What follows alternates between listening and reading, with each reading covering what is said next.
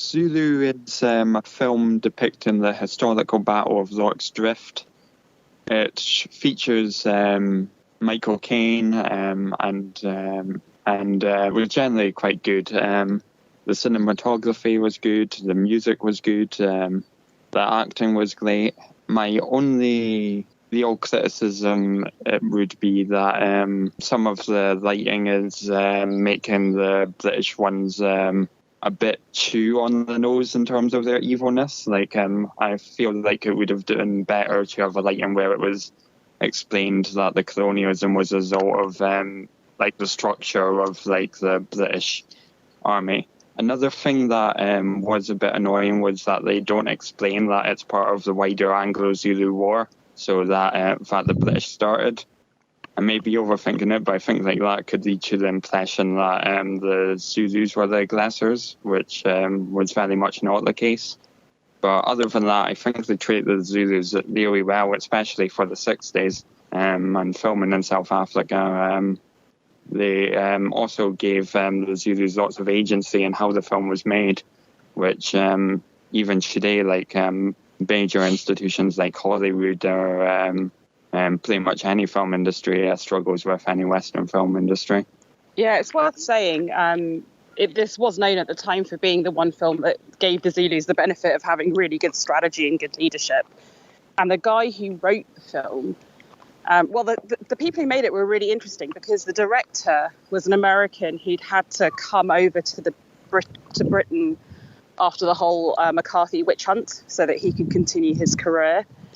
So he was an interesting character, and the guy who wrote it, I think, is English, but you'll like this, Jock, he and Glen, he specialised in Scottish history, and he wrote a fair amount from the perspective of people who were the wrong end of British imperial military adventures. So I think both of them were, they had to show, ultimately, it's kind of an interesting film, I think, because on the one hand, it's this kind of boys' own adventure of these noble Brits who hold off this much larger Zulu army. But on the other hand, it's quite subversive because it actually gives the Zulus some kind of military dignity and credit for what they were doing too. So I think the filmmakers made it a far more interesting film than superficially, when you see Michael Caine and the rest in their lovely Imperial Guards uniforms, has any right to be, which I think is probably why it endures to this day. So I think it's a really fascinating bit of film. I also feel like it's really amazing, like the humanity like they gave to like the Zulus, and also the autonomy they gave them within the production, because like even like books like Orientalism and stuff that developed the initial start of post-colonial theory weren't even written in 1964. So this all came out of just a general spirit of humanity rather than any sort of theory or literary text. Well, you say it wasn't out of theory, but in fairness, the director and the screenwriter were both paid up members of the Communist Party, so there is that. It's also, my fun fact about Zulu is the guy playing the Zulu king, Buthelezi, who was then a big leader in South Africa, was playing his great-grandfather who was a Zulu king, so that's kind of like a nice little bit of generational homage there. Oh, wow. Yeah, I thought it was a good movie, just as an action, or just as a war movie. It was just really, really well shot.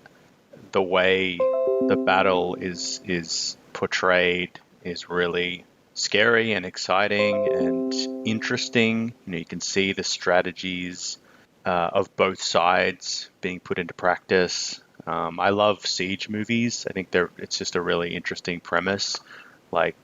And it allows for lots of interesting drama. Like, you've got the besieged people and all of their fears and anxieties, sort of bubbling in this little cauldron of a fortress. And then this kind of, the way the Zulu are portrayed are just sort of almost this mythical warriors. It's just a really exciting premise for a movie, and it's just really well made. And something about like the Technicolor, it really made the film pop, I thought. Like, I don't know if it's the uniforms of the British and the Zulu warriors and their garb and the KwaZulu-Natal sort of landscapes are just really beautiful and enjoyable to watch. So it was just kind of a feast for the senses for me. The whole Anglo-Zulu War reminds me of the Sun Tzu quote, know yourself and know your enemy and you'll win every battle. And the British didn't know themselves, as in they didn't know their own capabilities. They were way too overconfident. And they didn't know the Zulus. And the Zulus just took advantage of that. And yeah, and it's always interesting to me, like when situations where there's two armies that are like fundamentally different in their technologies and their approaches. Like it's not like, World War One, World War Two, where you had, similar technologies, similar strategies, whatever.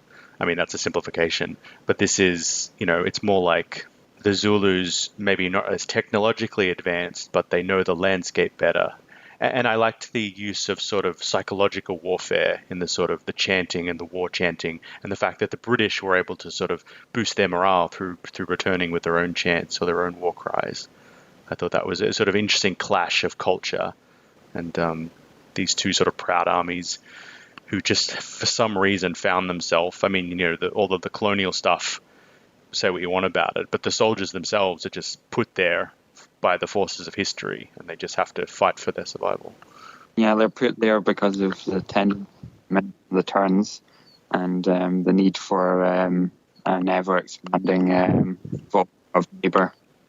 Yeah, and valuable minerals in the interior and all that, and all these reasons that none of the soldiers are ever going to get to enjoy. It's sort of complicated because in some sense it is sort of glorifying, the British imperialism and whatever you want to say, this great British victory against this indigenous population. But at the same time, the Zulus are given great respect by the characters and by the film. I guess one criticism is that they're not really given much character. The king is given some lines, but it felt like the Zulus themselves were mostly just a crowd of people, a very impressive crowd of people, but not a collection of individual characters whose sort of motivations and humanity was investigated the way that the British characters were. No, that's true.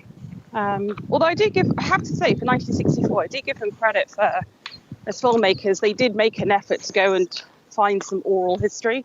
I think in a way it's tricky, isn't it? Because on the one hand, you've got the Brits who are incredibly famous and have written biographies and been glorified in British history for, the intervening 100 or so years. And then you've got, obviously, because of the oral tradition, much harder to reconstruct the great famous Zulu generals. And they did try, I think, from memory. It's very hard to pull it off, though, isn't it, I guess? Yeah, and supposedly the film is, compared to a lot of other war films, pretty accurate in the broad strokes. Like I know some soldiers were mischaracterized, but they did consult Zulu historians as well as British history books, which I think was good. And yeah, as a production in South Africa during apartheid, it is quite impressive to involve the Zulu people in the making and the performance of the films, and that is what the film is named after. These people. Yeah, and they were given greater rights than the audience of the film in South Africa, because the film was banned, and black people were not allowed to watch the film because the South African government thought it would lead to riots. Like this depiction of black people killing white people would lead to riots. However, exactly. The Zulu people were allowed to watch it, thankfully. Yeah, I think that's brilliant, isn't it? You can imagine this sort of South African, at the time, white South African censorship office. Yeah, let's let these Brits make this film that shows, the victory of the small white minority over the, the ignorant black herd or whatever. Yeah. You can see how they might have given it filming rights, thinking that something rather different was going to come out the other end of it. Yeah, their faces falling as they're watching it. And then you watch it at the premiere and think, oh shit, yeah, maybe this isn't for general circulation. I think it's hilarious. Yeah. On a technical note, if anyone wants to go and watch it, it's worth trying to get a print. Most of the cinemas it was shown in 35mm, but it was actually shot, which was quite innovative at the time, in 70mm, so like an IMAX, like an early predated IMAX type print. So if you get it on Blu-ray, try and get something that's been made from the 70mm. I think there's a good Criterion Collection version which looks, as you said, Duncan, just looks really vivid and gorgeous and amazing. Yeah, and the way the camera just moves around the battlefield just makes it feel really realistic and really interesting. I just loved being led around the world by the camera. It really makes you feel entrenched in that moment in history and that the chaos. It's one wider cultural sense of Britain at the time, because not long before, like, there was a Mau Mau rebellion and the operation in which, like, they just started destroying all the evidence of, like, colonial crimes and stuff.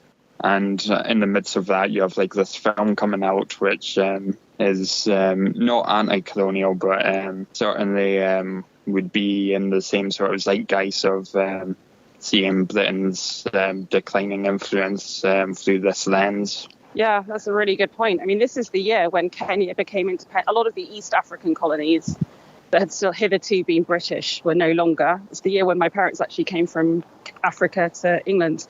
A lot of that diaspora got here at that time of Zulu, when you were first starting to reassess and figure out what does our colonial heritage mean and how it's falling apart and why Britain may not have been the heroes of every story. So you're absolutely spot on there, Jock. The timing is very...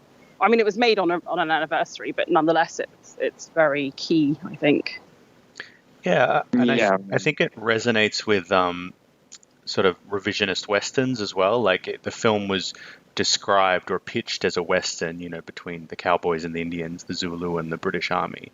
But like westerns of the 60s and the 70s, it was starting to sort of challenge some of those narratives about the good white colonizers versus the sort of savage natives, and gives them a degree of sort of respect and humanity that clashed with previous kind of nationalistic accounts of British expansion or American expansion, whatever you want to call it.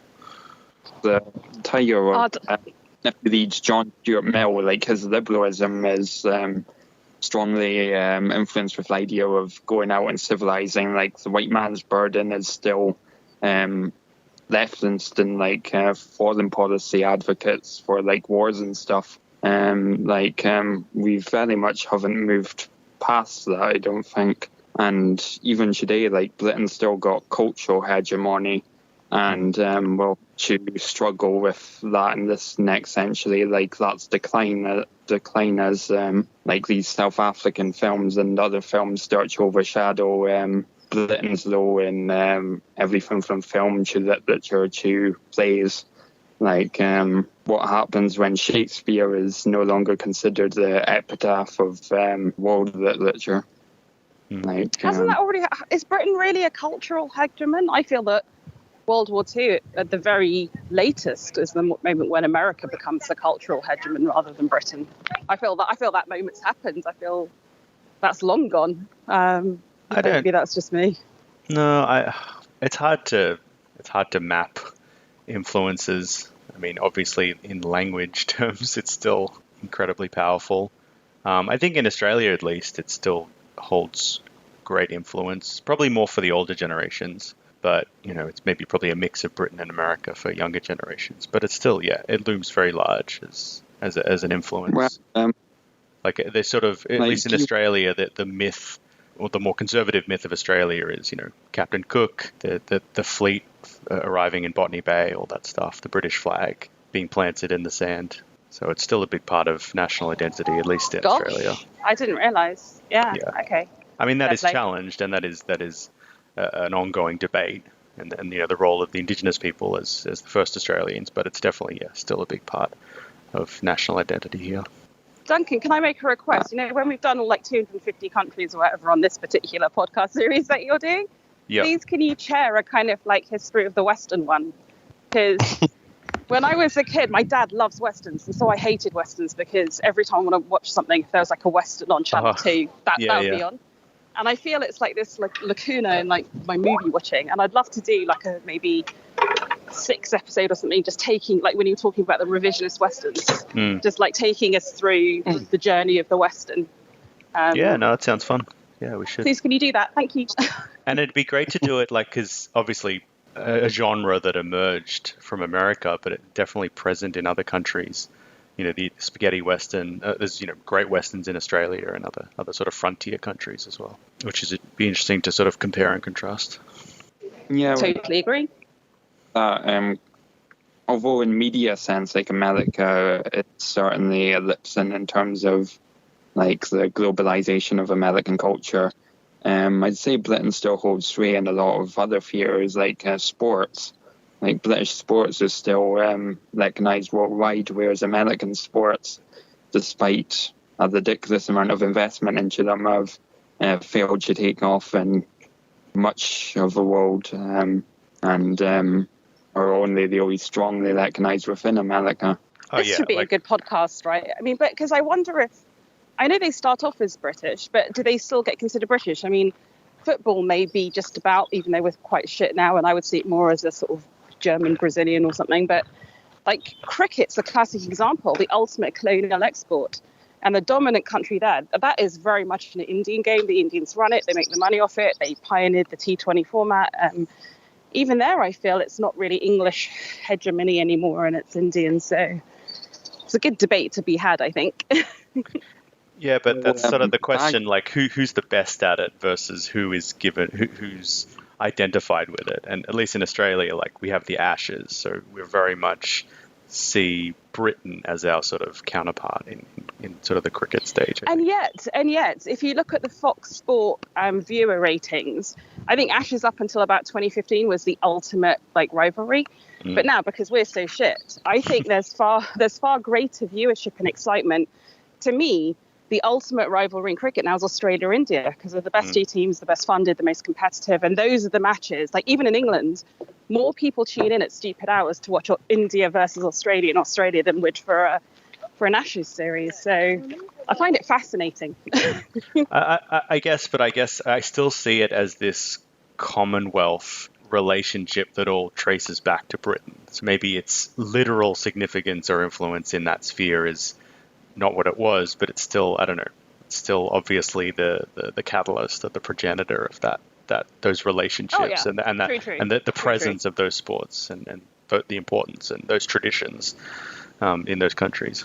And also things like law, like British law is almost universal worldwide, like with the like the Napoleonic Code and texts written by them in Europe, like everywhere from like Hong Kong to Shanghai to Africa, India, all of them have generally retained British law, whereas the Napoleonic Code hasn't really been exported as much. And as for colonial spread of like British cultural artifacts, like even like bagpipes, which were very postmodern in the sense that they were invented as a replacement for the vacuum created by the Jacobite rebellions and the loss of Highland culture. But then Really? I had no idea.